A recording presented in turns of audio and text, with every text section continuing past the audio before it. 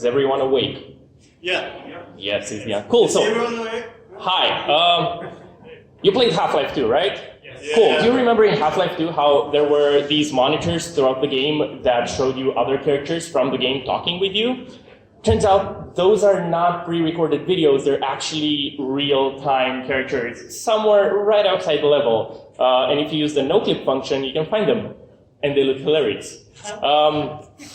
Skyrim. Everybody played Skyrim. Now in Skyrim, you can build your own houses and you can have your own mannequins that you can showcase armor on. You basically put your armor on them to showcase it.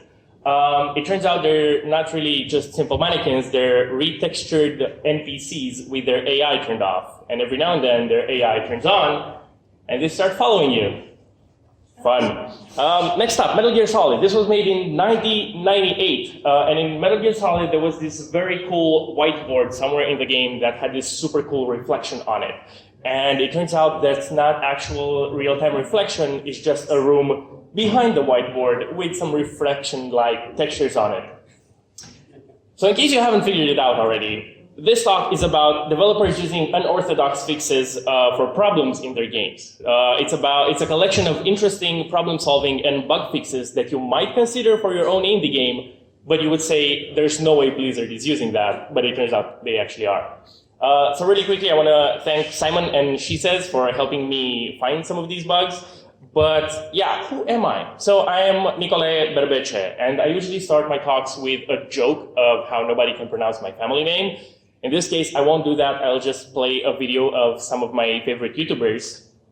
Speaking of Patreon, we also want to thank our patron. Thank you, Nicolae Berbice, Nicolae. Thank you, whatever your fucking name is. So yeah, I'm from Romania, and there's vampires there and stuff, but that's not important. I founded a company called Those Awesome Guys, which is a super small team from all over the world, and we make weird games like Move or Die, which is a 4-player friendship ruining game. But that's not what this talk is about. I'm a self-proclaimed game designer for around 10 years now, and I still don't know what I'm doing. And that's the point of this talk. It's perfectly okay to not know what you're doing. And I grew up playing games like Warcraft 2 and Heroes 3 and Red Alert and some other obscure ones. And I grew up when things like these were running on TV. They started out a generation ago as simple black and white ping pong games on a TV screen. That's the how it's made video on video games. And the funny part is, it's like a 10 or 15 minutes long episode, and they go from concept to the final released game. But it's funny now, but it was interesting then because it got me more curious in how games work, and it got me curious in how I can start making my own games. So what I did was I started digging through game files, looking for exposed textures and exposed sounds that I could change to make my own sounds and images to see them in the game. And I ended up making my own sprays in Counter-Strike 1.6. And I ended up playing with the level editor in Warcraft 3. And that's how I got closer and closer to game development. But more on that later. Let's get back to some more weird examples. Force 21. Now, Force 21 is an RTS game where you can control units and move them around. And you have a camera that follows those units, obviously.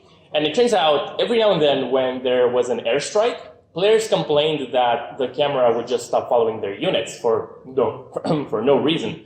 And one of the developers said that testers noticed that it happened more often when an airstrike occurred near your vehicle. The camera was derived from the physical objects class, so it was using velocity, acceleration, and it could be collided with. This also meant that it could take damage, so the airstrike did enough damage in a large enough radius that they were quite literally killing the camera.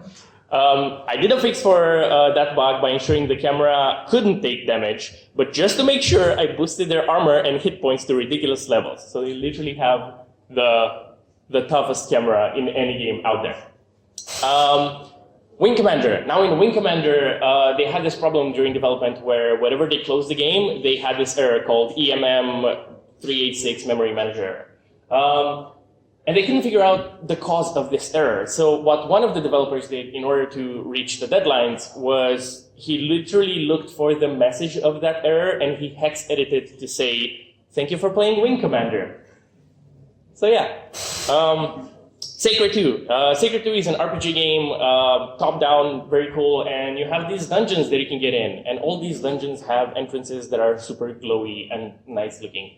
And it turns out that's not a custom written effect or anything, it's just a huge mirror scaled up right behind the entrance, because they already had that effect working on that mirror, so why not reuse assets? Fallout New Vegas.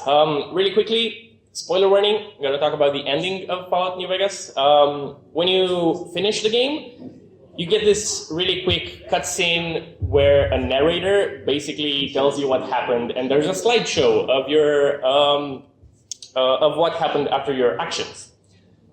It turns out the narration comes from an NPC right behind you called Ron the Narrator. And the screenshots are literally a retextured wall. Fun. Let's see, World of Warcraft. In World of Warcraft, they are apparently using invisible bunnies to trigger spells in the game and do certain actions. And one of the developers said that spells need casters, so we often have to rely on spawning in an invisible creature to be the one to actually cast the spell. Different games use different creatures. For a while, it's mostly bunnies, and they even reference that in the game with an item called Cajicola, where if you drink it, you get a +2 intellect and intelligence, and your character just yells random ideas in the chat, and one of those ideas is invisible bunnies. We'll put them everywhere, and they'll control everything. And other games do this indeed, like Anarchy Online and Guild Wars, and one of my favorites, Titan Quest, where we use the length of animation from invisible squirrels placed in the level as timers for scripted events. So if you were ever considering using invisible animals, you can totally go for it. Batman, Arkham City. This is one of my favorite hacks in a game. There are these railings in the game, and they are kind of everywhere in the game, and they seem like they have depth to them. And all the artists in this room know that it would be quite stupid to model out that entire shape because it's quite a complex shape. So what they did was they used one texture that they duplicated and slightly offset from each other. And by doing that, you end up with this result, which is pretty fucking awesome. And yes, it does break at extreme angles, but realistically, not a lot of players will notice that. So yay for cool hacks. League of Legends. League of Legends in their, you might think that Riot knows what they're doing, but back in their first World Championship, I can't remember what year this was in, but they didn't have a proper spectator system in the game. So what they did was they simply used a 6th champion as a spectator. And most of the time that champion was Teemo because he has a passive ability that makes him invisible. And usually overseers do during tournaments. Every now and then they messed up and walked into a lane and messed up the entire game. But what can you do? Deus Ex. Now, a few weeks ago, I saw this screenshot of Deus Ex. And what stood out was those reflections in the ground that they look so freaking perfect. And I figured that there must be something shady going on here. And yes, it's exactly what you think it is. The entire geometry of the level is copy-pasted and flipped under the ground, and the ground is slightly transparent. And the cool thing is they also did this for NPCs in the game, so that's super, super cool. Let's see. Fallout 3 is a popular one. In Fallout 3, there's this train that brings you places, and it turns out that's not like a self-contained entity that's programmed from scratch. It's an armor piece worn by an NPC on his arm, apparently, and he's right under the ground. And if you try to look up this animation in the editor, it looks something like this. I have no idea why it goes like 90 degrees, but you get the idea. So yeah, going back to my story. I was saying that I started getting more and more into game development by modding them, and I even made things like my own voice packs for Worms, which was hilarious back then. And I grew up on a website called Newgrounds. Who here knows what Newgrounds is? Cool, a decent amount of people. So for those of you who don't know, Newgrounds is a very cool portal filled with super creative people, from programmers to artists to writers to musicians and whatnot. And I grew up there and I wanted to make my own games. So I started making my own games. However, there's a big problem. I'm not a programmer. So I don't know how to code. So I was stuck making games that in programs that require no coding. So basically what I was making was overly glorified soundboards where you press buttons and they made sounds. And I was using a program called 3D Flash Animator. And in my entire life, I think I've met 3 people in this world that were aware of this program. Don't use it. It's very bad. It was basically a lame excuse to Adobe Flash. But the point is, later on, because I was on Newgrounds, I was hanging out in the forums and I started collaborating with proper programmers. And we started working on more and more complex games. You know, the kind that have like an ending screen. But even while I was doing that, I felt like I'm not doing things properly. And that's because I had imposter syndrome, and I still do. And it's annoying because I wasn't aware of what that is. I only found out like a few months or years ago. And for those of you who don't know, you all have imposter syndrome. We all in this room, we all feel like everyone in this room knows more than we do, that everyone else is better at what I'm doing. And that's a horrible feeling because you always feel like you don't belong. And this is especially bad when you work in a super small team that's online. Because I didn't have a team in the same building with me, I worked from my own living room alone, and I started questioning myself, like, why am I doing this? Is it worth finishing this game? And that's horrible because self-motivation is super hard to maintain.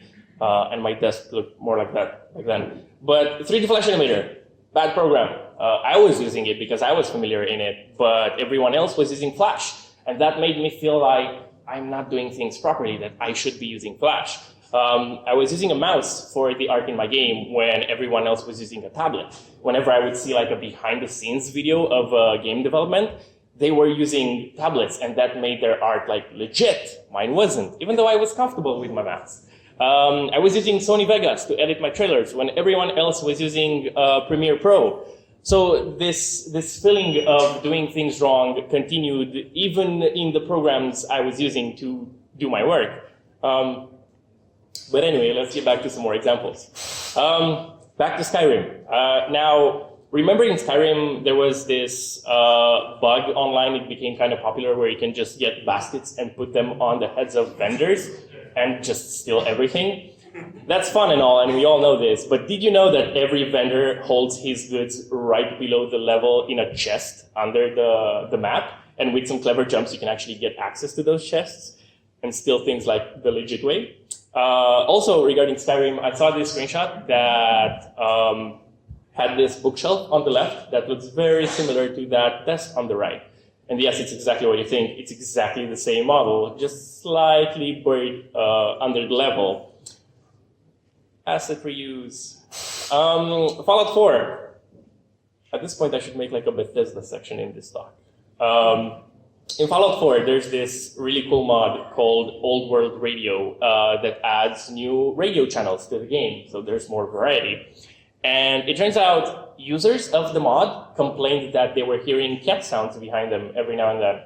And the developer said, I spawn an invisible silenced cat 500 units behind the player when a non-active radio station switches tracks in the background.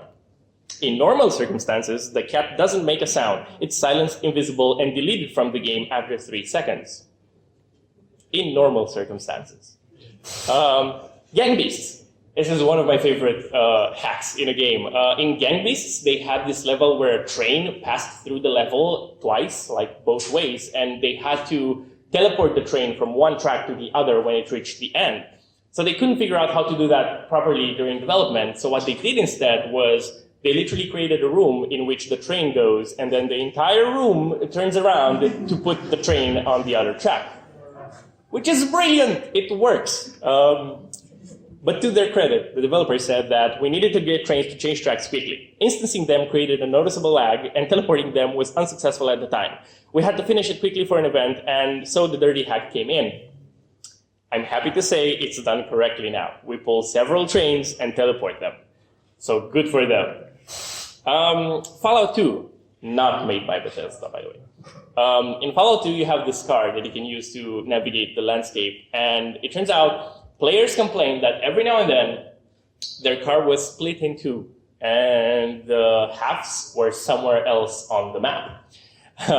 And that's because the trunk is actually a follower NPC programmed to be immobile, while the front part is an exit to the map with a unique driving animation. Sometimes the game forgets to spawn them both at the same time and accidentally gives the trunk follower AI, so the trunk tries to literally follow the player. It's like literally nightmare fuel. Civilization, another super popular one. In Civilization 1, there was Gandhi in the game, and Gandhi was programmed to represent his real-life counterpart. So every leader in the game had an aggressiveness level, and Gandhi had an aggressiveness level of 1. Now, the problem was, if you adopted democracy in the game, all the leaders' aggressiveness went down by 2. This puts Gandhi at -1. The developers didn't see that, and Gandhi looped all the way to 255. And that made him drop way more nukes than any other leader in the game. He kind of became a meme in the process. Anyway, let's do a rapid fire round where I go through some really quick examples. Fallout 3, do you know how at the beginning of... Fallout 3 again. You know how at the beginning of Fallout 3 you start as a baby? It turns out they didn't have a proper baby model, so they just scaled down the regular player model. In Jak and Daxter, it's an open world game, and you can go kind of anywhere in the game. And back then, things needed time to load. So in case you were going too fast and the game needed some time to load the next area, your characters would just trip. And they were just playing a trip animation and taking their damn time to get up, and whoo, we're back. That was their fix. High Octane, it was a very old racing game where you can pick various tracks and various vehicles. And it turns out those vehicles had different stats that did nothing. The developer said that in High Octane, we simply display different stats for vehicles without ever actually changing them under the hood. So you can actually get away with this. It's amazing. Paperboy. In Paperboy, you had these checkpoint races that you had to complete really quickly. And it turns out they needed an object in the game to control the timings of those checkpoints. And it's literally that penguin there. Like, he's placed in every level, even though it makes no sense because it's all sunny and green. But hey, it was the designer's idea. So, yeah. Portal 2. You all played Portal 2, right? Okay, I hope so. You remember that part where Wheatley was scared by a bird behind some frosted glass? And it looked something like this? That was no bird, there were just 2 black polygons. And the funny thing is, they actually have a proper bird model later in the game, so I still can't wrap my head around this one. But yeah, Lord of the Rings. This is a fun one. In Lord of the Rings, you have various mounts that you can use in the game, like horses and whatnot. Those mounts are literally pants that you equip on your character. And if you don't believe me, Google it. Donkey Kong 64, also during development of Donkey Kong 64, they had this problem where the game wouldn't run. They had this game-breaking bug, and the only way to fix that bug was to use the 8 megabyte expansion pack. And in order to, instead of actually fixing the bug, they just made the expansion pack mandatory for all cartridges out there. So the game literally cannot run without the expansion pack. And the funny thing is, even today, no one knows the actual cause of that bug. Fun. Also, Zelda, Ocarina of Time. In Zelda Ocarina of Time, when you start the game, you see Link sleeping in his room. And then right after that, there's a scene where Navi talks to the Deku Tree somewhere outside. It turns out Link isn't actually sleeping. He is right outside the frame if you move the camera and zoom in. And it turns out that they were doing that back in the day because they were pulling the control and rendering to the character. So the characters had to be in every single cutscene out there somewhere off screen. So yeah, fun hacks. Going back to my story. I was talking about using all these weird programs that others weren't using that made me feel like I was not part of what everyone was doing. And I made Flash games. I made a lot of Flash games. And Flash games are cool. But the problem with Flash games is they don't really feel like real games. Like they're this super small thing that barely takes any space on the screen and it has to run in a browser and it doesn't feel like a real game. So I always wanted to make a game that can run in full screen because in my stupid head, that's what makes a real game, a game that can run in full screen. I also wanted to make a game that has a .exe and has its own icon because again, that's what makes a real game. So in my pursuit of trying to make games that feel more real, I was doing really, really stupid things like adding fake loading screens in my own games, which is very stupid because Flash games are small. They don't need that much time to load, but this made them feel bigger and they made them feel like proper games. And that trend continued. Later on, when I started working on real games, like Concerned Joe, I still did weird hacks, like Concerned Joe was single-player narration-based puzzle platformer. So because of the limitations of the engine, I could only make levels with one exit. They had one entrance and one exit. So at one point, I wanted to make a level with two paths, like a branching path, but I could only have one exit. So I did that, and if you took the top path, everything was fine, the narrator would make a joke about it, and eventually you would reach the only and real exit. All was good. But if you took the bottom path, it was designed to feel like you were not supposed to do that, and the narrator said something like this. Oh wow, you actually thought that was real! I gotta take a screenshot of this. You are so adorable when you're confused. I am uploading this to the internet immediately. What's the internet? Don't worry about it. So in case you haven't noticed, I used that screenshot excuse to teleport the player on the top path, which was an exact replica of the bottom one by having that whole screen-wide flash.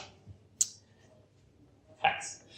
And later on, in Move or Die, Concerned Joe kind of became Move or Die, and this is like my baby project. And in Move or Die, 4-player, friendship ruining game, we showcased it at a lot of events. And the thing is, it was very unstable, so we showed it anyway, and it was crashing a lot.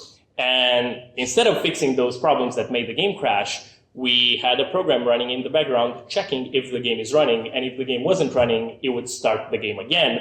And the secret to making this super seamless is to set your wallpaper to a loading screen. No one notices. It's amazing. We also have these outlines in the game. For every character, it has a colored outline. And there's 1,000,001 ways to make outlines in a game, but the way we did it was we just duplicated the character 8 times and then colored it and slightly offset it. But before you yell, it's very good with alpha, and also if there's sharp features in a character, they translate over to the outline really well, opposed to like a Photoshop stroke kind of thing. However, while playing Heroes of the Storm, I noticed that Blizzard is doing the same thing, so if it's good enough for Blizzard, it's pretty much good enough for me. But yeah, while I was making games, I was watching Indie Game the Movie, and Indie Game the Movie followed these 3 developers that had their own problems and made their own games. And they were going through their own difficulties, and stupid me was thinking that if I don't go through the same difficulties, my game won't be popular. Because by the time the movie came out, their games were already released, and they were successful games, so they were proven developers. So I was there with more stupid worries, like I was really hoping that people will pirate my game, because that's what makes a successful game in my eyes, right? I make games so people can play them. And I also saw the Humble Bundle release while I was working on games, and they had games from those developers in the game The Movie, goddammit. So I really wanted to be in Humble Bundle eventually. So I can say I finally did it. I worked on my game for 4 years, from the very first idea to when it came out. Move or Die took 4 years. And I can finally say I made a game that's .exe. And it even has its own icon. So I made a real game. I made a game that runs in full screen. And I made a game that was on the front page of Steam. I managed to make a game that got people to play it in cinemas all over the world without even me knowing them or paying them to do so. And I made a game that encouraged players to have avatars of the game. Again, without me paying them. It's amazing. I made a game that was on the front page of Twitch. Above Minecraft. It was for a solid 2 minutes, but I got the screenshot. I did it. I made a game that was retweeted by Twitch and by Adult Swim when we implemented Rick and Morty with their approval. And I made a game that was modded hundreds of times. And yes, we were in a Humble Bundle eventually. And A thing that I really like doing is Google the name of your game before it comes out and see just random results, and then do it again after it comes out and feel that power of changing Google results. It's amazing. Oh, and yes, it was pirated a lot. Like 45% of players are pirates, which is good because I made it so people can play it. However, while I was working on it, when I was putting out a trailer or something, all the comments were addressed to me personally because they were coming from friends or family, and they knew me personally, and they were saying things like, you should do this, you should do that. And that's okay, but if you keep doing this, and if you keep working on your game, those comments are slowly turning into they. And at one point, you become this entity, you become the vague developer, and the comments are saying, they should do this, they should do that. And that feels amazing. But just to give you a quick point of reference, I still have no idea what I'm doing. I started working on my game in 2012, and the game came out in 2016 on PC. And after it came out, I wanted to put it on consoles. So I went to Sony, I put it on their backend, and it turns out, if you want to put a game on a PS4, you have to give them a game design document. So I made my game design document after my game came out, because it was a small team, right? I didn't need a game design document. So with all this in mind, with all these examples and my own story and this entire thing, the conclusion I reached is that successful developers are using the exact same brand of duct tape you are. So don't worry, because there will come a day when you will become they. Thank you.